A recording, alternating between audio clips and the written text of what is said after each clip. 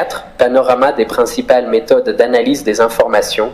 La plus grande partie des méthodes d'analyse des informations relèvent de deux grandes catégories, l'analyse statistique des données et l'analyse de contenu. Ce sont donc elles qui seront présentées ici, avec quelques-unes de leurs variantes. Certaines méthodes présentées dans l'étape précédente, comme les méthodes de recueil des informations, associent toutefois étroitement le recueil et l'analyse. C'est notamment le cas de l'observation anthropologique et de l'entretien compréhensif, lorsqu'ils sont mis en œuvre, le plus souvent dans une démarche purement inductive.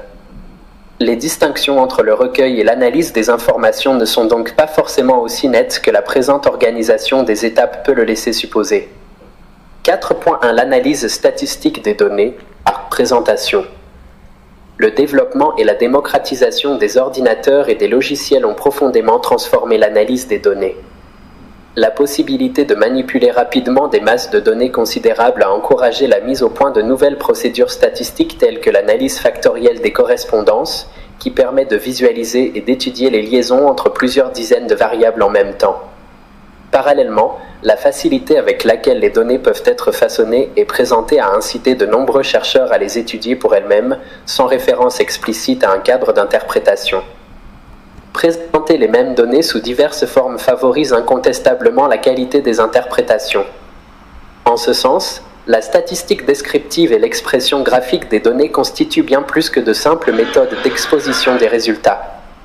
Mais cette présentation diversifiée des données ne peut remplacer la réflexion théorique préalable, qui seule procure des critères explicites et stables pour le recueil, l'organisation et surtout l'interprétation des données et assure ainsi sa cohérence et son sens à l'ensemble du travail. La boîte à outils pour l'analyse statistique des données est aujourd'hui extrêmement vaste. Les techniques les plus récentes en voisinent d'autres, plus simples et plus anciennes, qu'elles enrichissent, mais ne remplacent pas forcément.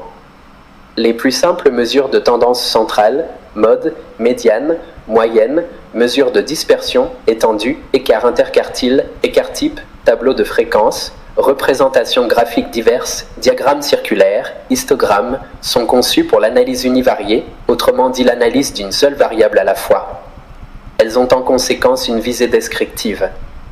Les techniques les plus utilisées pour l'analyse bivariée, portant donc sur la relation entre deux variables, sont elles aussi anciennes, le tableau de contingence ou tableau croisé, le test du qui-carré, la corrélation, linéaire ou non, le test T de comparaison de deux moyennes. En dépit de leur apparente simplicité, ces techniques ne sont pas toujours bien maîtrisées, ceci est d'autant plus dommageable que certaines constituent la base de techniques plus sophistiquées, ainsi, la corrélation linéaire est la mesure de base des modèles de régression linéaire. Les analyses multivariées mobilisent des techniques mathématiques plus complexes, dont les variantes sont extrêmement nombreuses et produites quasiment en continu, mais dont les bases sont parfois anciennes également. Les moyens de calcul des ordinateurs permettent cependant des développements sans précédent. Les principales familles de techniques sont les analyses factorielles, qui visent à révéler les covariations entre variables ou modalités, les analyses classificatoires, dont l'objectif est de constituer des classes d'individus homogènes et différentes entre elles, les modèles de régression, qui cherchent à évaluer l'effet spécifique d'une variable indépendante sur le phénomène social étudié, la variable dépendante, pendant que toute une série d'autres variables indépendantes sont maintenues constantes. Cette liste, évidemment sommaire, laisse de côté des méthodes en plein essor comme l'analyse en réseau par exemple, Social Network Analysis. Pour chacune de ces techniques et méthodes, on ne peut qu'encourager le lecteur à se référer à des ouvrages spécialisés. Variantes, lorsque les données à analyser préexistent à la recherche et sont puisées dans des bases de données existantes ou rassemblées par recueil de données documentaires, on parlera couramment d'analyse secondaire. Dans ce cas, le chercheur sera plus ou moins limité dans ses analyses par le problème de la compatibilité des données entre elles et avec les hypothèses qu'il souhaite mettre à l'épreuve. Lorsque les données à analyser ont été spécialement récoltées pour les besoins de la recherche à l'aide d'une enquête par questionnaire, on parlera couramment de traitement d'enquête. Dans ce cas, les analyses sont généralement plus approfondies car les données sont en principe standardisées au départ et parfaitement en phase avec les objectifs de la recherche. Les méthodes d'analyse statistique des données sont également utilisées pour l'examen de texte. Il s'agit alors d'une méthode d'analyse de contenu qui sera reprise plus loin sous ce titre. C. objectifs pour lesquels la méthode convient particulièrement. Par définition, elle convient pour toutes les recherches axées sur l'étude de relations entre des phénomènes susceptibles d'être exprimés en variables quantitatives. Dès lors, elle s'applique généralement très bien aux recherches menées dans une perspective d'analyse causale. Mais ce n'est guère exclusif. Par exemple, dans le cadre du paradigme systémique, une corrélation entre deux variables sera interprétée non comme une relation de causalité, mais comme une covariation entre composantes d'un même système qui évolue conjointement, Monsieur Loriot, des causes au système, la causalité en question, inerre. Franck, DIR, aussi, p. 41 à 86. L'analyse statistique des données s'impose dans tous les cas où ces dernières sont recueillies à l'aide d'enquêtes par questionnaire où les questions sont dites « fermées », c'est-à-dire lorsque les répondants doivent choisir entre un petit nombre de réponses préformulées, de type oui et non, toujours, souvent, rarement, jamais. Il faut donc se référer aux objectifs pour lesquels cette méthode de recueil des données convient elle-même. Des principaux avantages, la précision et la rigueur du dispositif méthodologique qui permettent aux pairs d'apprécier la démarche de la recherche. La puissance des moyens informatiques qui permettent de manipuler très rapidement un grand nombre d'individus statistiques et de variables. La clarté des résultats et des rapports de recherche, lorsque le chercheur fait l'effort de traduire de façon pédagogique des méthodes et techniques parfois complexes, par exemple en mettant à profit les ressources de la présentation graphique des informations. Limites et problèmes. L'outil statistique a un pouvoir d'élucidation limité au postulat, l'importance du nombre, des corrélations entre variables, sur lesquelles il repose, mais il ne dispose pas en lui-même d'un pouvoir explicatif. Il peut décrire des relations, des structures latentes, mais la signification de ces relations et de ces structures ne vient pas de lui. C'est le chercheur qui donne un sens à ces relations par le modèle théorique qu'il a construit au préalable et en fonction duquel il a choisi une méthode d'analyse statistique. Cette question est bien traitée dans R. Franck, aussi, 1994. Dans cette perspective, on devrait être particulièrement attentif au risque de terrorisme quantitatif qui voudrait qu'une analyse quantitative soit forcément plus pertinente qu'une analyse qualitative, et qu'elle le soit d'autant plus qu'elle mobilise des modèles mathématiques extrêmement sophistiqués que seuls quelques spécialistes, souvent ignorants des sciences humaines, peuvent comprendre. Le chercheur responsable n'utilisera que des méthodes dont il comprend les postulats de base, les conditions d'application, les limites et les règles d'interprétation. F. Méthode complémentaire. En amont, l'enquête par questionnaire et le recueil de données statistiques existantes. G. Formation requise. Bonne notion en statistique descriptive. Bonne notion en analyse multivariée. Initiation aux programmes informatiques de gestion et d'analyse de données d'enquête, R, SPSS, SPAD, SAS, STATA. 4.2 L'analyse de contenu. A. Présentation.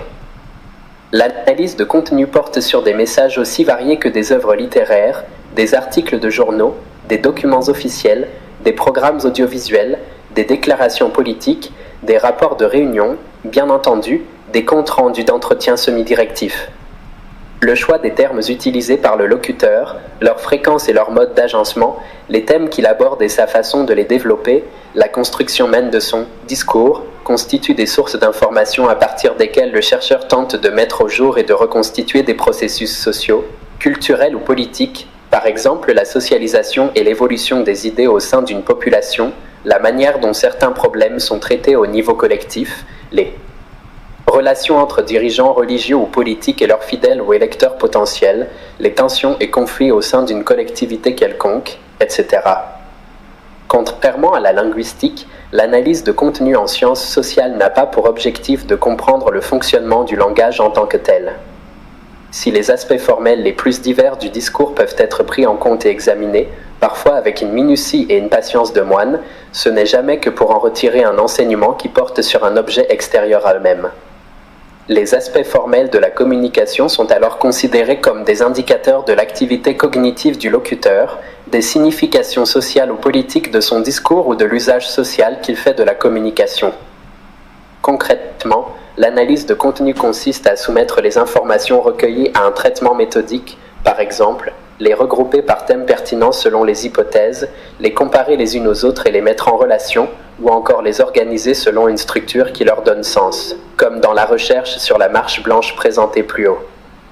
Dans ce but, les méthodes d'analyse de contenu impliquent la mise en œuvre de procédures techniques relativement précises, comme le calcul des fréquences relatives ou des co-occurrences des termes utilisés. Seule l'utilisation de méthodes construites et stables permet en effet aux chercheurs d'élaborer une interprétation qui ne prenne pas pour repère ses propres valeurs et sa subjectivité. La méthode et ses procédures constituent en quelque sorte un intermédiaire entre la réflexion du chercheur et son matériau grâce auquel il peut objectiver les enseignements qu'il en retire et éviter par là les interprétations arbitraires et versatiles. En étant soumis à ces procédures d'analyse, le matériau de premier degré, tel que livré par le locuteur au cours d'un entretien ou dans un texte, se transforme en un matériau plus élaboré, plus complexe et plus synthétique à la fois. L'analyse de contenu occupe une grande place dans la recherche en sciences sociales, notamment parce qu'elle offre la possibilité de traiter de manière méthodique des informations et des témoignages qui présentent un certain degré de profondeur et de complexité, par exemple les rapports d'entretien semi-directifs. Les progrès récents des méthodes d'analyse de contenu ont été favorisés par les progrès de la linguistique, des sciences de la communication et de l'informatique. Pour ce qui concerne plus particulièrement la recherche sociale proprement dite, ils doivent beaucoup à R. Barth, C. Lévi-Strauss et A. J. Greiman notamment.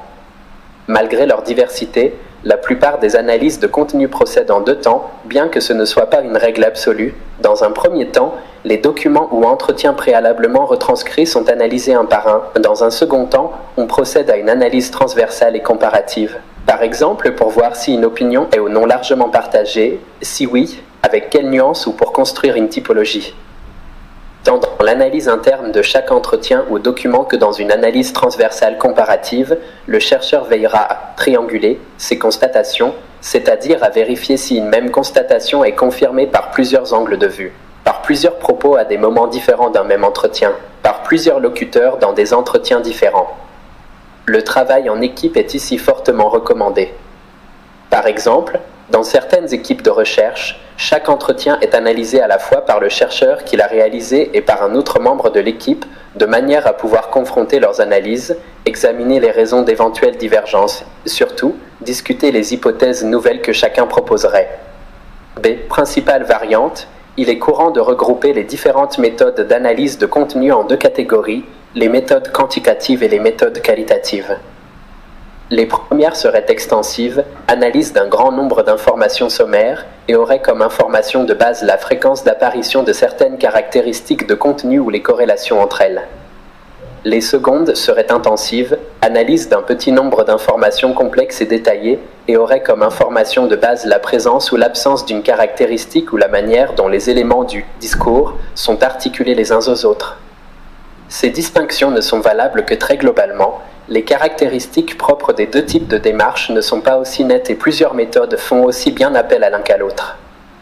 Sans prétendre régler toutes les questions de démarcation entre les différentes méthodes d'analyse de contenu, nous proposons ici de distinguer trois grandes catégories de méthodes selon que l'examen porte principalement sur certains éléments du discours, sur sa forme ou sur les relations entre ces éléments constitutifs.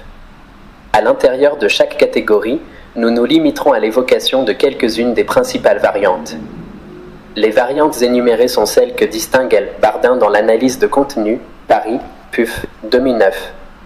Les analyses thématiques, ce sont celles qui tentent principalement de mettre en évidence les représentations sociales ou les jugements des locuteurs à partir d'un examen de certains éléments constitutifs du discours.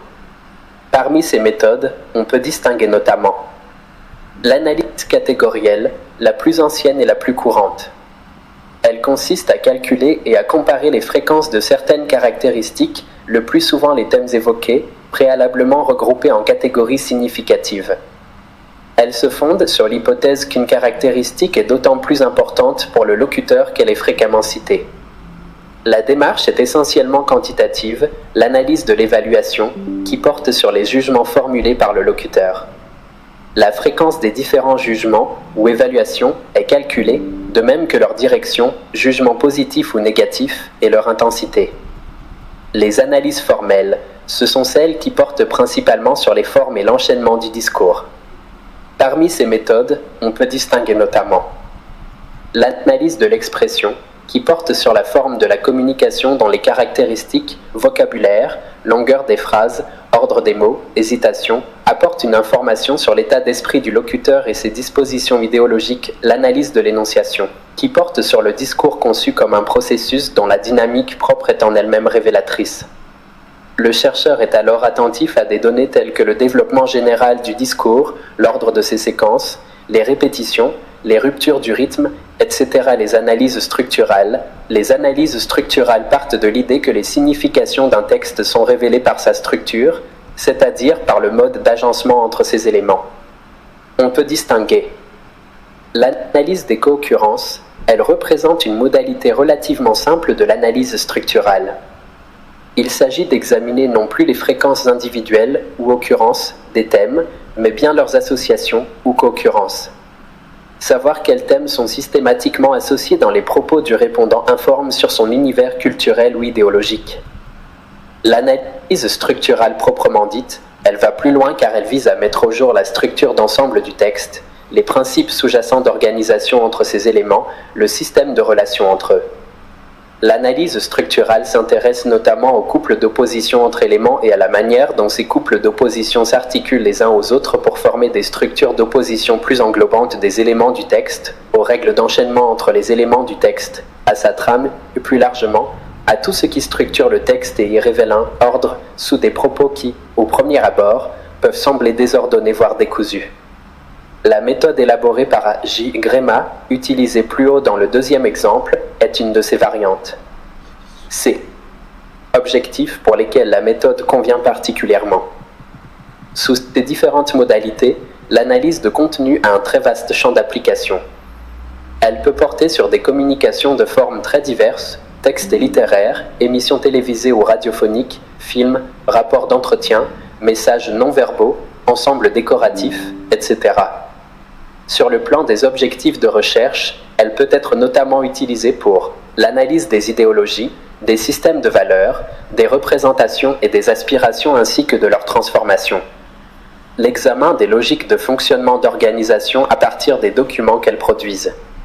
L'étude des productions culturelles et artistiques. L'analyse des processus de diffusion et de socialisation, manuels scolaires, journaux, publicités. L'analyse de stratégie, des enjeux d'un conflit, des composantes d'une situation problématique, des interprétations d'un événement, des réactions latentes à une décision, de l'impact d'une mesure. La reconstitution de réalités passées non matérielles, mentalité, sensibilité, des principaux avantages, toutes les méthodes d'analyse de contenu conviennent à l'étude de l'implicite. Elles obligent le chercheur à prendre beaucoup de recul à l'égard des interprétations spontanées, en particulier des siennes propres.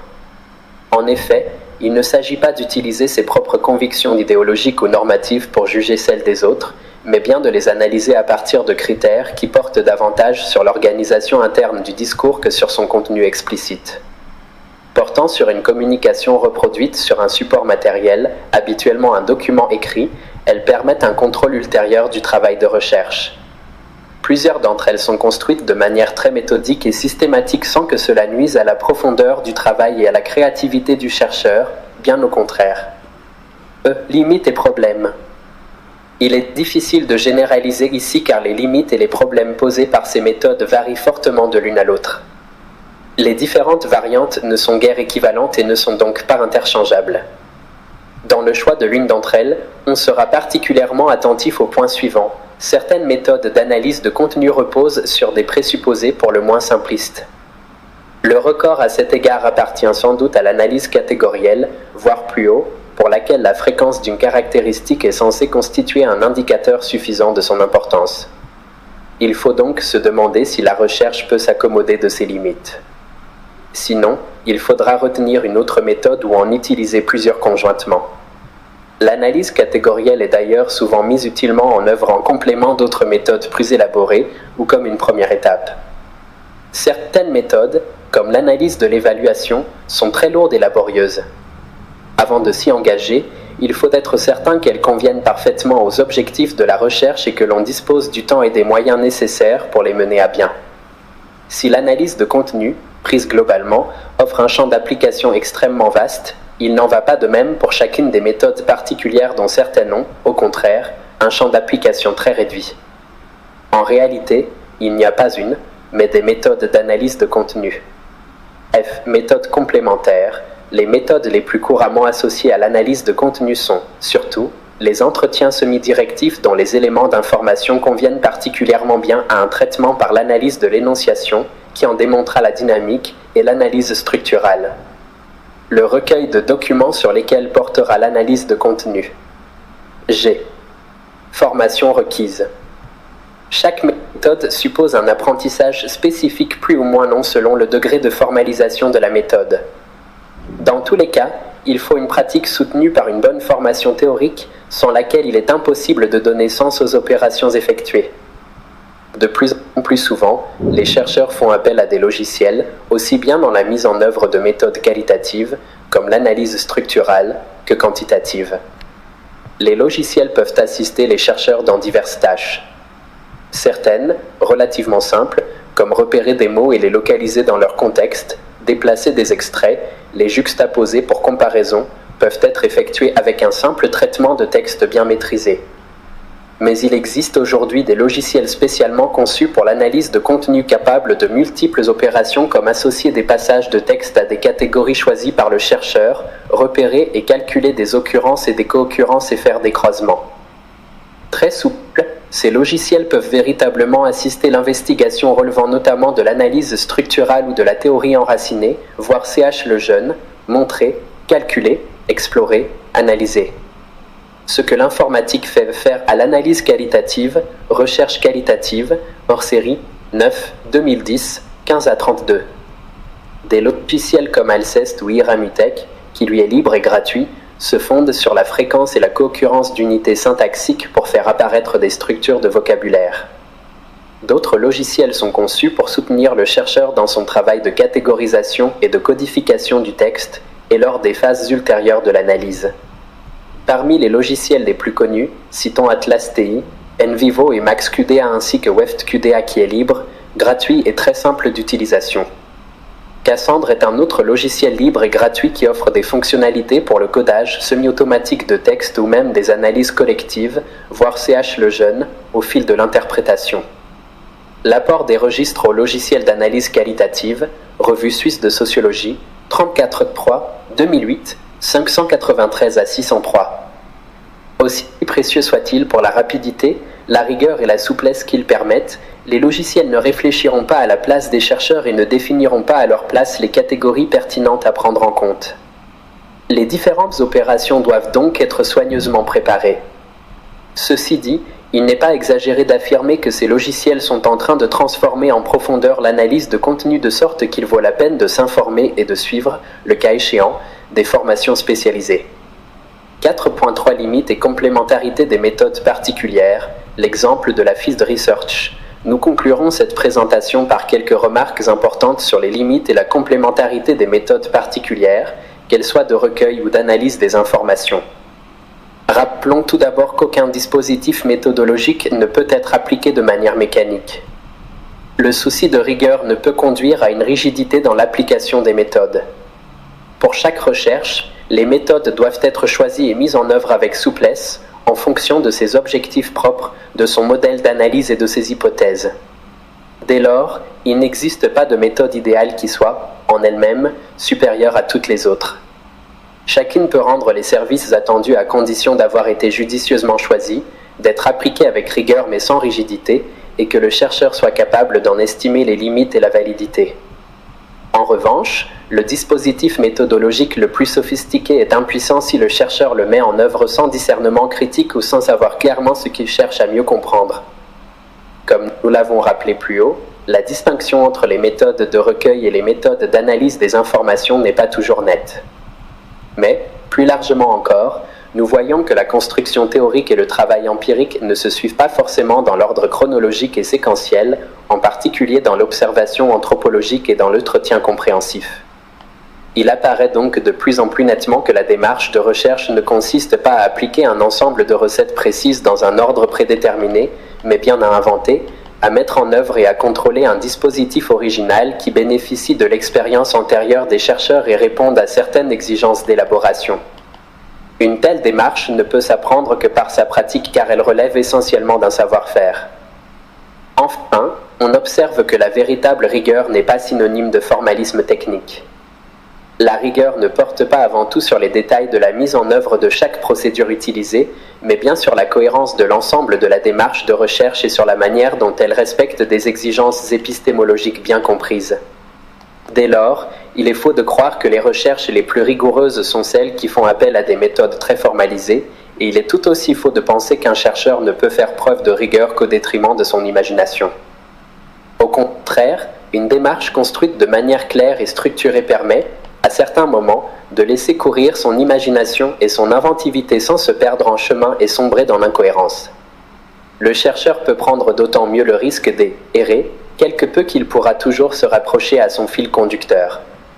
De même, comme on l'a vu, une certaine formalisation dans les exigences méthodologiques, notamment dans la constitution d'un échantillon, qu'il soit représentatif ou raisonné, ou dans l'utilisation d'une grille d'analyse structurée, oblige le chercheur à se placer en position d'être surpris par ces données car elle l'oblige à investiguer où il n'aurait peut-être pas été spontanément. Un bon exemple de recours fructueux à l'imagination du chercheur, de la nécessaire cohérence de l'ensemble de la démarche de recherche et de la complémentarité des méthodes est la field research, ou étude sur le terrain. Elle consiste à étudier les situations concrètes dans leur contexte réel. Utilisée par les anthropologues et les sociologues, la field research met en œuvre une pluralité de méthodes. Elle combine le plus souvent l'observation participante et les entretiens semi-directifs, auxquels s'ajoute parfois l'analyse de documents. C'est au cours de la recherche elle-même que le chercheur décide de recourir à l'une ou l'autre de ces méthodes, aucun protocole définitif de recherche n'étant établi au début. Essentiellement inductive, la démarche n'a rien de linéaire. La field research relève d'un pragmatisme méthodologique dont le pivot central est l'initiative du chercheur lui-même et le maître mot, la flexibilité. Les difficultés rencontrées au cours d'une telle démarche sont multiples et omniprésentes. Le chercheur doit constamment décider quand, où, quoi et qui observer ou interviewer. Il doit continuellement choisir les périodes, les endroits, les comportements et les personnes à étudier. Il est sans cesse confronté au problème de l'échantillonnage. Comment fera-t-il par exemple pour sélectionner un échantillon de jeunes considérés comme délinquants alors qu'il n'existe aucune liste regroupant cette population ? Sans arrêt aussi, il doit négocier et renégocier son entrée sur le terrain. Par conséquent, le plan de recherche peut être continuellement adapté. Une fois sur le terrain, pour observer ou pour interviewer, le chercheur doit perpétuellement recomposer son attitude, son âge, son sexe, son ethnie et sa psychologie influençant les rôles qu'il doit endosser à chaque étape de la démarche. Il doit aussi réfléchir au type de données à observer, à noter et à retenir pour l'analyse. Il n'y a pas de règle en la matière. Tout dépend de l'expérience et de l'appréciation du chercheur. Par conséquent, ce dernier doit être initié à de nombreuses méthodes qu'il doit relativiser les unes par rapport aux autres. Cette pluralité méthodologique permet la triangulation dont il a été question plus haut. Son approche doit rester flexible et il doit considérer sans relâche qu'il fait lui-même partie intégrante de la situation observée, il réagit d'une telle manière plutôt que d'une autre, il commet des erreurs, il est plus ou moins chanceux, etc. Inlassablement, le field recherché doit réfléchir à l'impact de son rôle sur le déroulement de sa recherche sans négliger pour autant sa question de départ et ses hypothèses, R.G. Burgess, In the Field. En introduction to Field Research, London et New York, Routledge, 1984. 4.4 Un scénario de recherche non linéaire. Comme pour la Field Research, certaines études ne suivent pas rigoureusement l'enchaînement des étapes telles qu'il a été présenté jusqu'ici. Les hypothèses et même les questions sont susceptibles d'évoluer constamment au fur et à mesure du travail sur le terrain. En retour, le travail empirique se verra régulièrement réorienté en fonction des approfondissements successifs de la question de recherche, de la problématique et des hypothèses. Itératif, le processus implique un dialogue et un va-et-vient permanent entre théorie et empirie, mais aussi entre construction et intuition, qui sont davantage imbriqués. Même doté de boucles de rétroaction, le schéma linéaire des étapes de la recherche représente mal ce processus, qui pourrait prendre une forme circulaire. D'une certaine façon, tout se passe comme si l'ensemble du dispositif en cette étape que nous avons distinguée était parcouru à plusieurs reprises, mais d'une manière moins formalisée et séquentielle que dans une recherche qui adopte une démarche déductive. Pour conclure, rappelons que la plupart des recherches qu'on traite comportent une part de déduction et une part d'induction, dans des proportions très variables. Par conséquent, il ne faut pas opposer de manière trop radicale et simpliste démarche déductive et démarche inductive, pas plus qu'il ne faut opposer de manière trop radicale et simpliste l'explication des phénomènes sociaux et la compréhension du sens que les acteurs donnent à leurs expériences. Plusieurs applications de cet ouvrage le montrent bien. Ces deux démarches doivent plutôt être vues comme complémentaires, comme le recommandent plusieurs auteurs, notamment M.N. Schurman, 2006, expliquer, interpréter, comprendre. Le paysage épistémologique des sciences sociales, Université de Genève. 4.5 exemples de recherche qui mettent en œuvre les méthodes présentées, Anselm Menguy et Voitoua, 2020, Les jeunes, la sexualité et Internet, Paris, édition François Bourin. Entretien et questionnaire. Bajot N. et Boson M. Deyer, 2008, enquête sur la sexualité en France, Paris, La Découverte. Enquête par questionnaire, analyse statistique de données. Becker H.S., 1963, Outsider.